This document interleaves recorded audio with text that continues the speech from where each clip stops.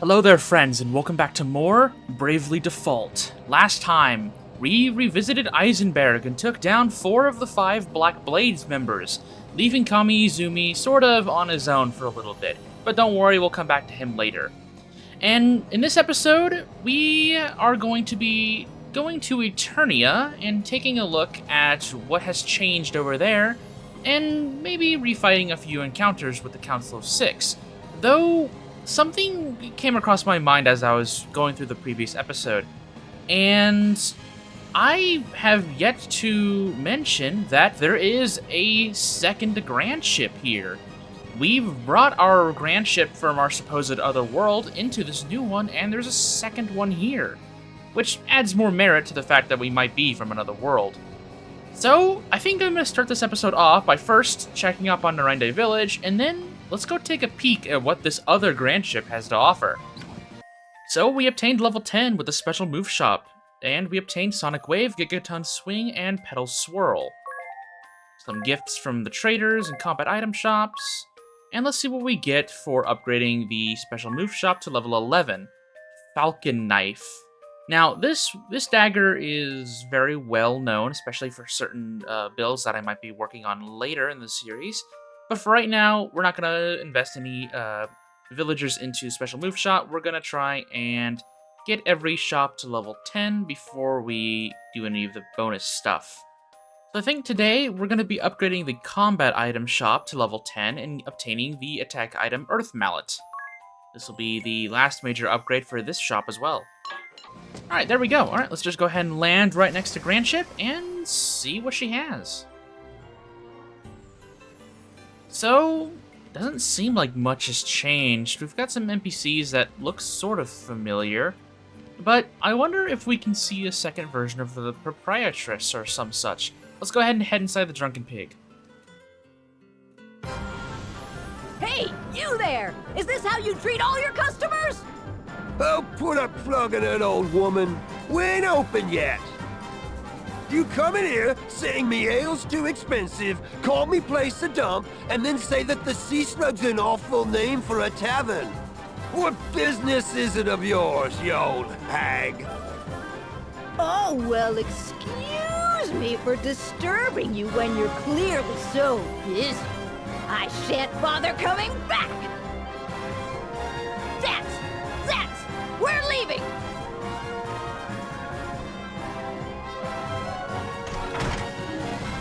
What's going on? The proprietress wanted to find out what the Drunken Pig was like in this world. Let's just say things aren't how she's used to. Even the name's different. I'd take my Drunken Pig over this any day, were her words. Seeing the guy running the place, I don't fancy slaking my thirst in there either. Too right. So not only is the proprietress not running it here, it's got a different name, bro. The Drunken Pig is such a good name. I'm gonna be real here. What'd you call it? The Sea Slug? Yeah, no thank you. The Sea Slug. The proprietress sure got angry. Well, she is rather attached to her old Drunken Pig, you know. Must have been a shock to see her beloved tavern being run like that. What would possess anyone to name a tavern the Sea Slug? Who knows? But could it be one of those places popular with the local crowd? The type with a cantankerous proprietor, die-hard patrons, and a stubborn refusal to serve strangers. No, I think not.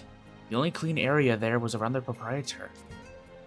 The knives, cutting boards, even the bar stools, they were all covered in dust. And the menu should have been filled with the sea's bounty, but all I could see were some dried nuts and dried meats. You two sure have some sharp eyes. Well, I guess I just notice things that you don't, Tiz. You mean food, right? Ooh, what did you say, ring a bell? I mean, he's not wrong. She does have an eye for the meats. So, when it comes to the culinary arts, it would be best to indulge in Idia's fancies and whatnot. Open later. How much later? Who knows? Yeah, I don't know. A drunken bartender does not seem like a good recipe for a successful business, especially if they seem to be the only major piece of staff running the corporation. Anyhow, let's see what you have to say. I've been living on this ship longer than most. A little shaking doesn't shake me. I'm guessing this version of Grand Ship is sinking as well. I doubt we can save this version. I think our orichalcum was kind of a one-time use, but as you can see, the shops are still here. First things first, just want to go ahead and note, no new magic, unless you haven't gotten any of the level 3 or 2 magic.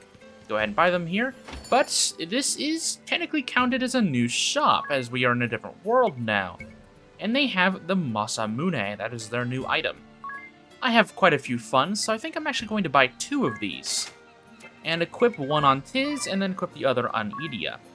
I have moved Idia back over to Ninja, as her time with Dark Knight is currently over for the time being. Don't worry, there are still a few strategies with Dark Knight that I want to show off, but for right now, she's going to take a back seat when it comes to job showcases, as there is another job I want to showcase later today. Ari, what do you have to say now that we're here in Grand Ship? I guess there's 2 Grand Ships now, huh? Anyway, which crystal will we go for this time? None, actually, Ari. Though real quick, let's go ahead and head to the bridge just to see if there's anything interesting here. Today, we're going to be heading over to Eternia, and we, unlike the other previous episodes, oh, Zeus's Wrath, we won't be tackling every member of the Council of 6 today. Instead, we're gonna tackle a few, but I also want to just hang around Eternia for a little bit. It's a city that we haven't really gotten to know too well in our time back then in Chapter 4, because we were just kind of going with how intense the situation was and how close we were to finishing our journey. So, I'm actually going to start heading that way. Let's take use of the autopilot feature just to have some fun. Let's fly right into Southmoor, Eternia. And I'm going to be taking use of a new job as well, similar to the previous episode. And we're also going to be paying a visit to Eternia just to kind of see how things go.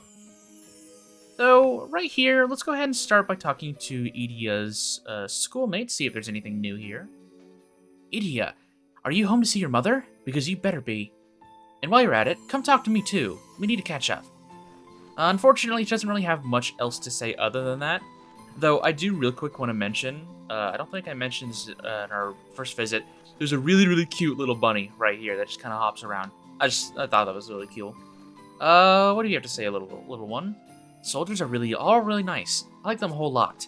Yeah, I wish we got to converse with some of like the regular foot soldiers, but we don't really get the chance to.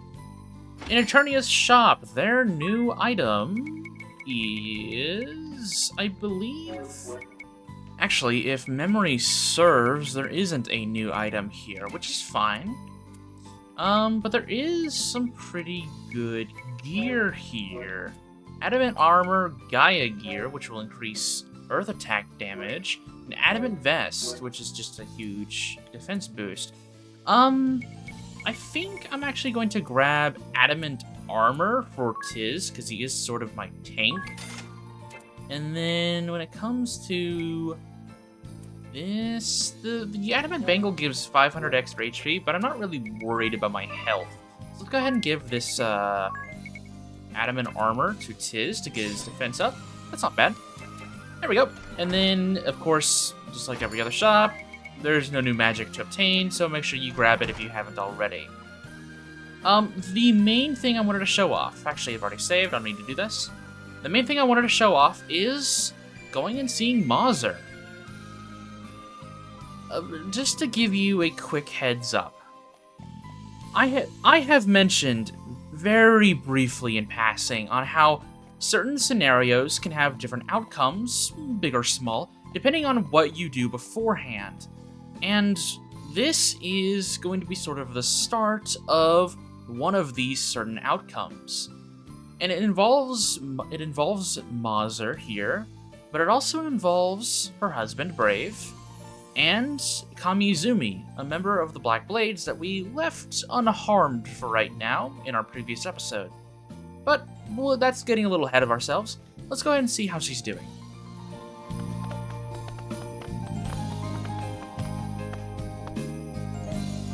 Why, Adia, when did you return? Never mind that. Are you all right? Of course I am. You mustn't trust everything you hear. And I've been feeling quite a bit better since I came here. I am Adia's mother, Mazer Lee. Thank you for looking after my daughter. So, you are the Wind Vestal?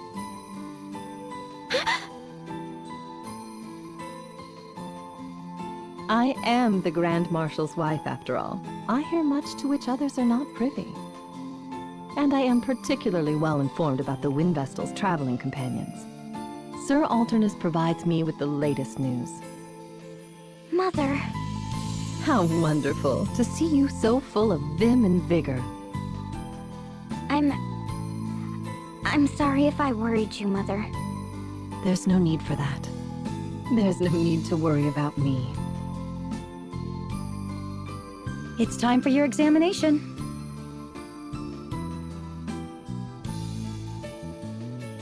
Forgive me, but this is where we must say goodbye. Please, do look after my daughter. Mother.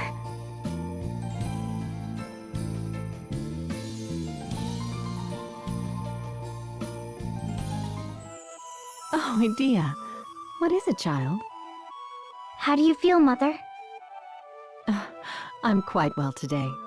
I see. I am glad. Just talking to her briefly there isn't really too much different about our interactions. But there is a few extra things we can do with this information. For one, we know that she's safe even in this world. And two, that she is still, not gonna rat us out, which is really nice. But we can talk to this man right here, and we might be able to get some extra information about not only Mazer, but also Eternia in general. Do you know the story of the two heroes of the Duchy of Eternia? It goes without saying that the first is Brave the Templar, Grand Marshal of the Eternian forces. The second is the Swordmaster, Nobutsuna Kami-Izumi, greatest swordsman in the land of immortality. We are blessed to have not one, but two great heroes in a single generation.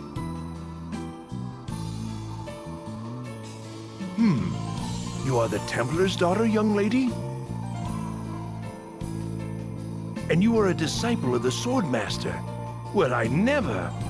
Still, I'll wager you haven't heard the story of the one true love of the Templar and the Swordmaster. All those my age know the tale. Ask me anything. Ooh, gossip. Fun, fun, fun. So yeah, the gossip monger here has some information that he can share with us. Whether it's true or not, we'll find out. How did they meet? Before he became a Templar, Brave Lee was a talented young student of the Orthodoxy from a rural village. His counterpart, the Swordmaster Nobutsuna Kami-Izumi, was a top young swordsman at the city training hall. The two met here in the city and became fast friends as they trained together, honing both mind and sword arm. One day, the Templar returned to his home village, accompanied by his friend, the Swordmaster. However, when they returned to the city, it was clear there had been a falling out between them.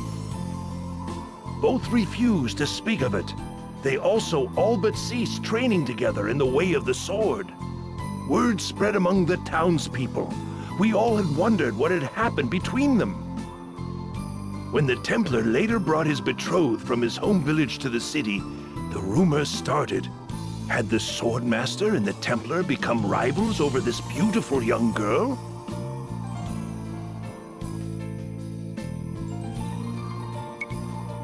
The Templar became a bishop of the Orthodoxy at a young age, while the Swordmaster stayed as assistant instructor at the training hall. The year before the Great Plague, the two who had avoided each other so long suddenly engaged in a duel on the city outskirts. They fought for 3 days and nights in a constant flurry of sword blows, their clashing blades ringing throughout the city.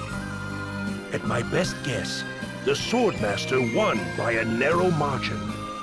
In the end, it took a score of the Orthodoxy soldiers to stop the fighting. There is no doubt in my mind that the two of them fought day and night over the enchanting Mazer. It was an epic battle for all involved.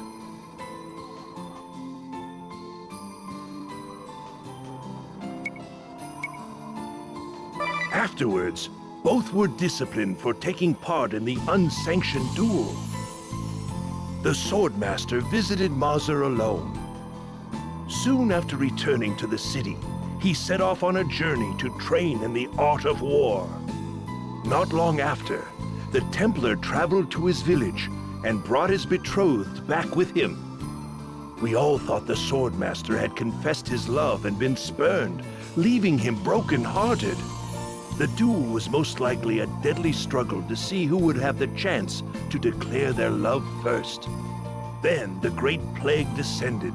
Amid the chaos, the Templar and Mazer were joined in marriage. I cannot recall how many years it was before the Swordmaster returned. He took part in the Templars' uprising that followed. Who can say what was in his heart at the time? It is beyond the comprehension of simple folks such as I.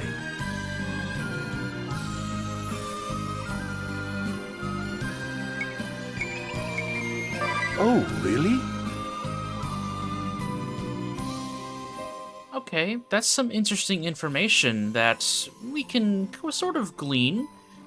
If this is all true, and again, it seems to be rumors for the most part, that would make Idia's connection with Kamizumi even more interesting, since she is the daughter of his greatest friend and potentially his unrequited love, which is interesting. A special order. The friendship between the Grand Marshal and the Swordmaster. What a heartwarming tale. Okay. I wouldn't say that, from what we've heard. I had no idea. My father and Swordmaster Nobutsuna never spoke a word of it. I don't think they ever would. Even I can figure that much out. Well, heartwarming tales are fine and all, but the rest of me is freezing. Idia, what's good to eat in this town? Hopefully something piping hot. At this hour, you'll have to make do with the food carts. How about that over there? Beef stew and citrus stew. How's the stew around here anyway? Well, the Eternian version probably isn't what you expect. We skewer daikon radish before cooking them in a special stock till they're tender. Then we dip them in beef or citrus sauces before eating them. I've never heard of such a dish before. It warms my body just thinking about it.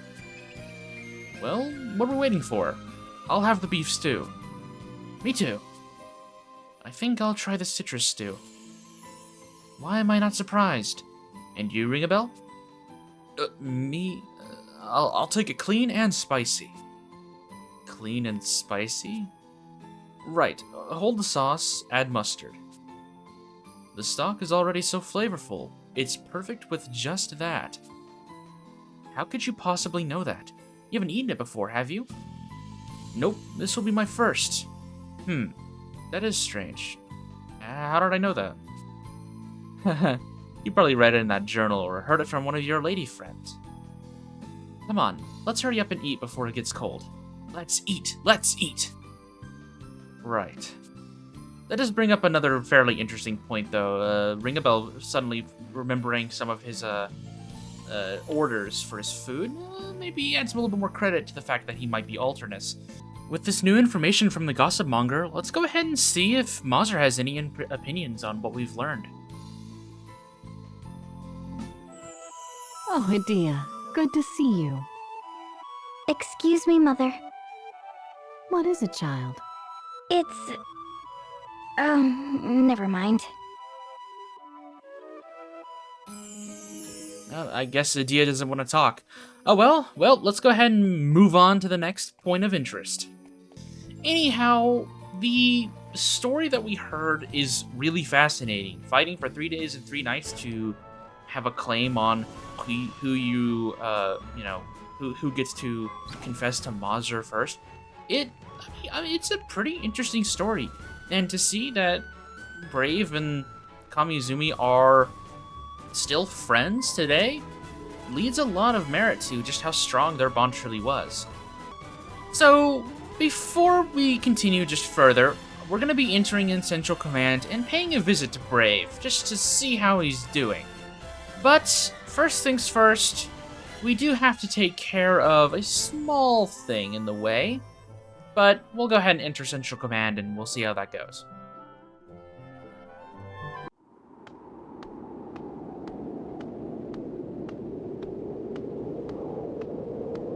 You showed skill making it to our Central Command, Wind Vestal.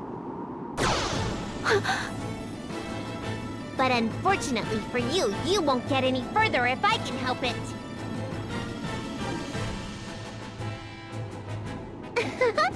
I'll have you know I'm in top form today. Now you'll see just how helpless you are before me. I bid you, Victoria, unleash your full power. Spare nothing. I wouldn't have it any other way. I'll have my fun, then close in for the kill.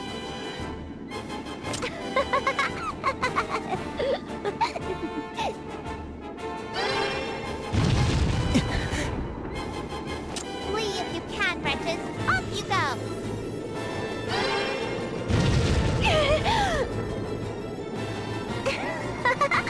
Why so quiet? Teeth chattering too much? How ungainly. Enough! You'll only hurt yourself at this rate! You finally speak and it's out of concern for me? You need to learn your place, sniveling worms.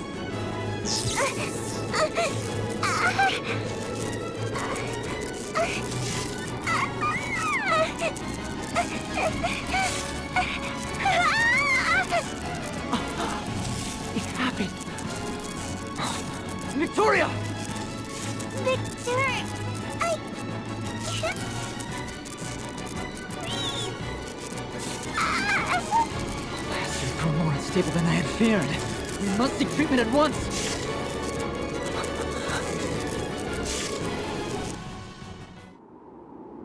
Well. They're still here. Of course they are. We're not going to be bothering with them today, though. I'll deal with that at a later date. For right now, and of course you can go and fight them if you want, but for right now, though, we're going to go pay Brave a visit. And I may have trolled you guys a little bit. I did mention that I was going to utilize a new job today. That is false. I will leave it for very, very soon. We'll keep with what I've got for right now. But there isn't anything new here in Central Command. Remember that you can utilize Idia's bedroom as a nice healing spot. And I will see you right next to where Brave lies. Wouldn't it be better to avoid this place and go straight to the temple? No, Eri. So we have arrived here at Central Command, 49th floor, right next to where Brave is. We have talked to Mazer, and we've learned of the story of Brave and Kamizumi. But let's see if he has anything else to say, and maybe, if we're lucky, we might be able to talk him out of violence this time around. But one can only hope, right?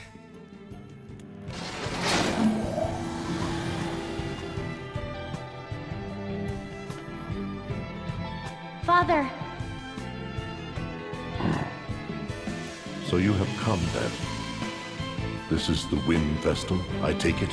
Younger than I expected.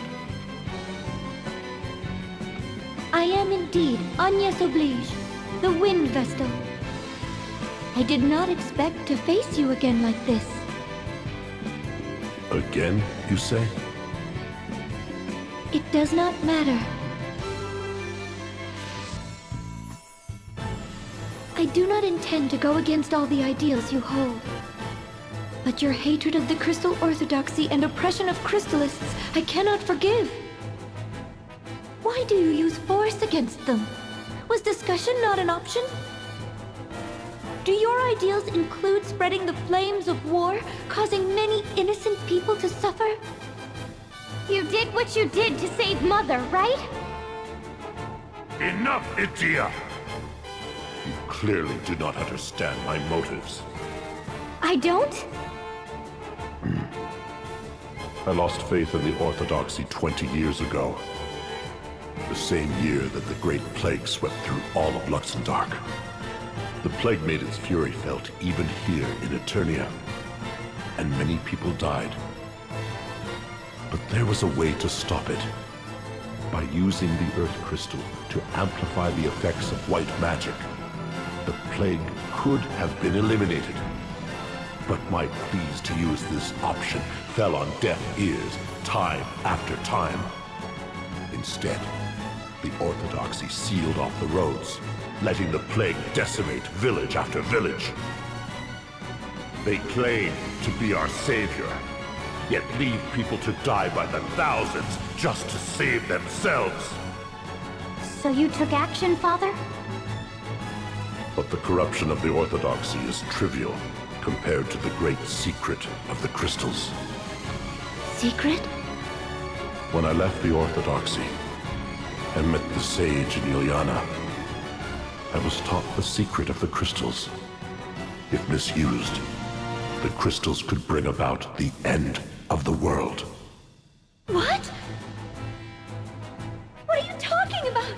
The crystals are the light of humanity delivered through the prayers of the Vestals through the ages! You are not wrong. But that is merely one facet of the crystals, Wind Vestal. I could not entrust crystals with the power to end all existence to the Orthodoxy, whose only interest is self-preservation. Then, my worst fears came true. 15 years ago, the leaders of the Orthodoxy attempted the Grand Ritual for the sole purpose of enhancing their prestige. The Grand Ritual? Surely not. The Orthodoxy would never use the power of the crystals in such a selfish manner. Our report suggested the Earth Crystal was extremely unstable by that point. If the Grand Ritual were conducted, Eternia could have faced destruction. So you attacked the headquarters of the Orthodoxy and the Temple of Earth to stop this grand ritual, Father? However, we were too late. By the time we got there, the Grand Ritual was already underway. Because of this, the Earth Crystal has been leaking power for the past 15 years. So you prevented a crisis by tapping its power for the medical arts. You finally understand. There may have been another way, I admit. But my feelings for my hometown and wife likely spurred me toward this solution.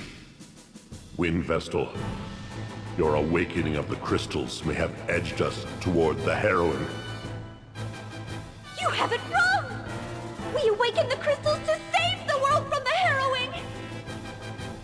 That is merely the Orthodoxy's view. I do not know what deceit lies behind it. I cannot allow those who act without proper understanding to tamper with the crystals. I won't waste my breath discussing it further. Father! Okay, I will admit, we made a little bit more progress there, learning a bit more about Brave's motives. He doesn't seem all crazy and whatnot, though our theories about why he's doing what he's doing seem to be spot on. Okay, so Brave actually is a bit different this time around compared to other Eternian forces. Wow, we're making progress here. So, oh, wow. I haven't outfitted my team, like, all that great, but it'll be fine. Anyhow, Brave does, in his first encounter, he would utilize his low HP to kind of throw the player off, thinking that he's a fairly easy pushover, and then recovering it 2 more times, increasing his HP by quite a bit, to kind of subvert the expectations of the player having to deal with his HP 3 different times. This time around, his HP is entirely shown to the player, and he will not recover it after it's dropped to 0. So, you have a very good idea of how much damage you need to deal to him, and you don't need to worry about constantly reapplying your buffs and debuffs to him every single time he restores his HP. So, we're free to just kind of set up our skills the way we want, and go with that. I'm kind of tempted to reset the encounter so I can go get my time magic, but you know what? It's a new style, it's a new challenge, and I'm up for it. So let's go ahead and default with Idia. We're gonna have Agnes. We still have access to some of our magic, so we'll go ahead and have her protect and shell all of our teammates, because again, Brave has a pretty good access of magical and physical attacks, so we need to play very careful. Pierce default is again very good here, as Brave will be constantly defaulting in order to prep his more BP-hungry attacks. And we're going to use Tiz to lower his magical attack with Skull Bash. And then Idia, we're going to go ahead and actually imbue Thunder onto our weapons, because we're going to create a new weakness for him, as I can't exactly hit Darkness fairly well. If you were utilizing the Dark Knight strategy I was using earlier in the previous episode, this could be much easier. But again, I didn't really want to show that off too much, because it's just it might be a little too early. Brave's at 2 BP. There's a very high likelihood he'll be going on the offense this time around. So I am going to provoke with Tiz, and then I'm going to do Know Thine Enemy, and I'm going to have Idia go on the offense here. We're going to do Moon Shadow to get physical attacks up, and then we're going to go ahead and attack a little bit. Agnes, we're going to Brave twice, and have her put on Protect and Shell once again, just to boost our defenses even more. And then Ringabel, we're going to keep his defenses down as much as possible. There we go. It's the conversation we had with Brave is a little interesting to me. It's a little weird seeing the crew of our main heroes here kind of struggling to have good rebuttals for Brave's motives. Unfortunately, Brave kind of had us in a little tight spot there. He's not wrong that the Orthodoxy are very corrupt, and their misuse of the crystals throughout history are definitely a huge cause for concern. But he still doesn't seem to fully know the full picture of what's going on. But neither do we, to be real. We still have a lot of questions regarding our situation, and unfortunately there's not really much either sides can do to provide any good information. I am struggling now that I don't have my hastes. This is a little unfortunate, but that's okay. So it's, I don't know, it feels like an argument where no one has any chance of winning, and that's... we aren't going to be getting anywhere. I mean, which is really unfortunate, honestly, because I feel like if we could just come to a compromise, which I feel like we were so close to doing, it would have been for the best for both parties. But unfortunately, that's not how these kind of things work. There's no best case scenario for every situation. Let's go ahead and have Agnes just top everyone up with a Cura. And then Ringabel, he's reapplied his curse, but let's go ahead and... Actually, let's default with Ringabel again. I want to have as much VP as possible with him, because I want to do a few extra things. Free lunch, we're just going to send Tiz into the negative, why not? And just have him throw a bunch of amp strikes. Again, I'm not the best suit for this encounter. I kind of was a little lazy with my preparations, but that's okay. We're going to prep 2 medications. We're going to do a beast liver. And we'll do 2 beast livers, give it to Idia to give her an attack boost. And then we will do an insect antenna and a Fulmin shard to Brave. There we go. There's that. Okay, hard strike. Okay, the crit was just barely enough. We didn't die there. I feel like Brave is probably going to default, so I'm going to default as well. And then Agnes, we're going to re-up our buffs with Protect and Shell. That Protect has saved my butt already. And then we're going to White Wind and Curse. Man, the genome abilities have been saving our butts. I'm gonna be real here. There's that full heal. There's Protect and Shell reapplied. Brave has the most HP that we've seen so far from any enemy, outside of Lester. Lester Deroso from our first encounters with him. I'm going to play a little cautious here and assume that Brave is going to default again. Yep. Alright, cool. We're going to just go ahead and free lunch with Tiz to prep for another offense. And then we're just going to send Idia back into the negative. I'm feeling pretty confident about her stats and whatnot, and I don't think she'll die. And she might be able to take him down. Unfortunately, without Quick, it's been a little difficult, but not that bad. Again, honestly, despite his HP not being reset twice in the encounter, the strategies for Brave hasn't changed all that much. Just keep in mind that he does have good physical and magical attack power, and just play slow if you need to, or just set up your team for a crap load of damage in a small window of time, and you'll be fine. Let's see here. We obtained In the Red support ability and a light curtain item. All right. Brave!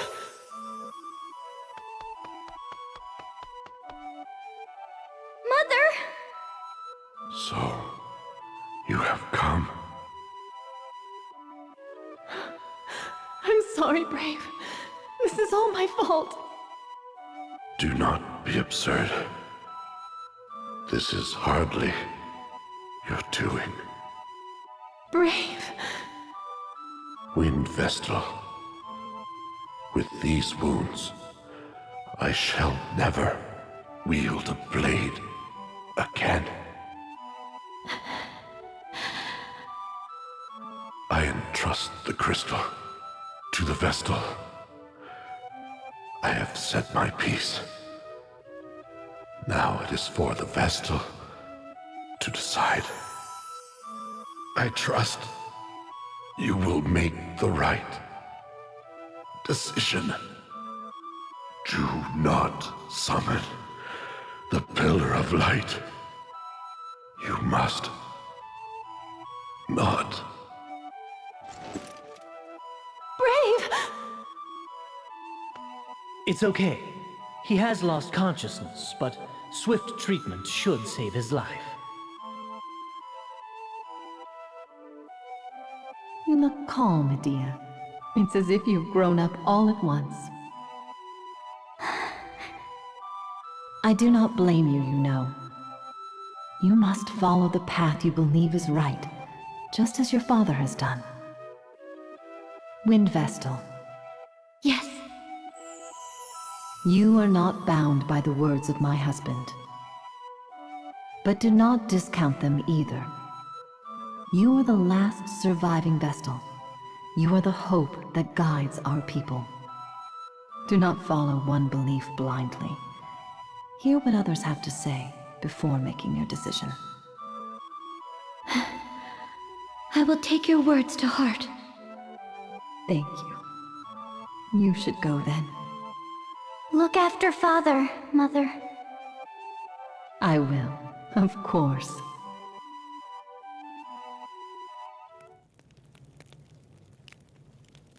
So, Brave is a lot more compromising in this world, apparently, which is a nice breath of fresh air. There's nothing here for us in the council chamber.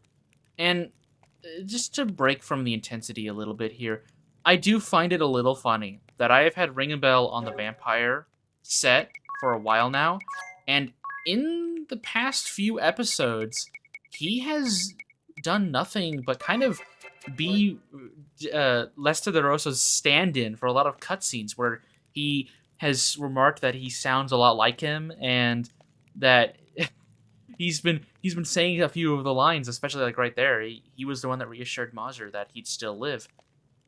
It's a little funny. There's not any real connection between those two characters. I want to make sure to point that out real quick. But it's just been a little funny. Anyway, that is a good stopping point for today. We learned of a very interesting friendship between Brave, Kamizumi, and Mazur. Three characters that, honestly, we both knew quite a bit about, but also not really. A lot has come to light, and it allows us to appreciate these characters more. especially with how similar but yet different they are in these worlds. So, next time on Bravely Default, we aren't done with the Council of Six. So, we are going to be going and finishing off Victor and Victoria, as they definitely do not deserve to be around much longer. And then I think we'll be paying a visit to the other Council 6 member we have yet to see that we can actually go and visit, being the self-proclaimed vampire himself, Lester De Rosso. So, with that said, I'll see you soon.